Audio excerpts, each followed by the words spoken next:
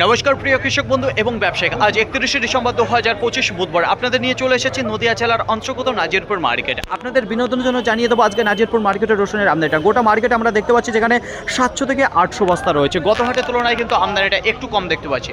বিক্রির যদি কথা বলি, শুরুতে বেচাকেনাটা একটু ভালো ছিল, তারপরে সেকেন্ড রাউন্ডে গিয়ে বেচাকেনা স্লো হয়ে যায়।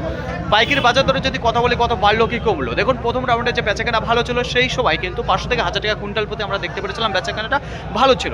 তারপরে কিন্তু সেই 500 থেকে 1000 টাকা আবার ডাউনের দিকে চলে এসেছে সেকেন্ড রাউন্ডে গিয়ে। তো দেখুন ফ্রেন্ড, বাজার এক কথায় আজকে ডাউনের দিকে রয়েছে। প্রথমে যে ভালো সেটা কিন্তু ভালো নয়, সীমিত সময় যেন কয়েকটা রসুন একটু উঁচু দামে বেচাকেনা হয়েছিল। আশা করি এতটুকু বোঝাতে পারলাম। একেবারে সর্বনিম্ন কী দাম রয়েছে, সর্বোচ্চ কী দাম রয়েছে। সর্বনিম্ন যদি কথা বলি, ক্যাট রসুন 45 টাকার নিচে নেই। 45 টাকা থেকে শুরু করে 46, 48, 50 এর মধ্যে কিন্তু ক্যাট রসুন রয়েছে। তা গঙ্গাজলে কিছু এসেছিল, তার বাজারে একটু চওড়া গিয়েছিল।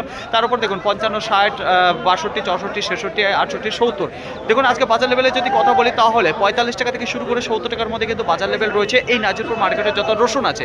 দেখুন তার উপরে কি বিক্রি হয়নি, তার উপর বিক্রি হয়েছে বাজার লেভেল ছাড়া, যেগুলো 75 টাকা রয়েছে, 76 টাকা রয়েছে।